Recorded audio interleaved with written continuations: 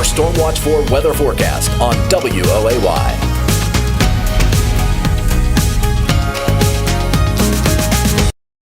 It does feel a little bit warmer than it was 24 hours ago in some parts of the area, and it still is a little cooler than it was 24 hours ago, mainly up in the highest elevations of this state. Taking a live look at US 460 at US 52.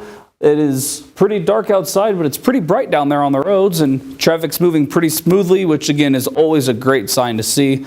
Always a very, very good thing. Traffic's moving smoothly, don't really have a lot of road hazards to worry about. Today in Beckley, we hit a high of 56 degrees, and our low earlier this morning was 33, slightly below average, but not extremely below average, and these records are kind of crazy. 78 degrees set back in 1915 as a high, and 14 degrees as the low, set back in 1913. So both of those in the early 1900s. Currently, right now, we're 45 in Charleston and Bluefield, 42 for Beckley, 39 for Lewisburg, 48 for Huntington, 41 for Parkersburg, 48 as well in Wheeling.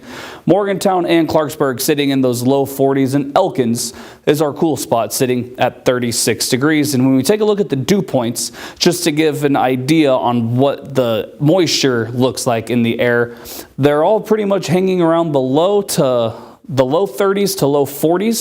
It's making the relative humidity kind of high, but overall, we have very dry air sitting over the state of West Virginia, and we can see that here just looking at the radar. We don't really have a lot of rain that is moving into the state. It's mainly out west as we head toward Kentucky, Ohio, and Indiana. We do have some clouds, though. These definitely look like some type of low-level to mid-level clouds that are starting to sweep from the south up to the northeast across our area. 45 for Beckley, 47 for Charlotte, 51 for Washington, D.C., 50 for New York City, 39 right now in Syracuse, New York.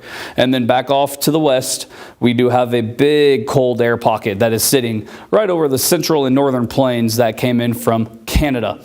Taking a look at the upcoming weather pattern, we do see some rain that is going to start moving into our area when we get in early tomorrow morning. Not expecting that to be a washout by any means, and it'll move out as we head into tomorrow afternoon before we have another shot of rain potentially coming in that we're going to be watching this new system coming in for Friday and Saturday. I don't think yet it's going to be raining here for our Football Friday, but it is definitely something that we are going to continue to watch. And as we head out for that 7-day forecast, we do have a 30% chance of showers going into tomorrow. And again, that's mainly early before we have a warm-up hitting the low 60s as we head toward Wednesday.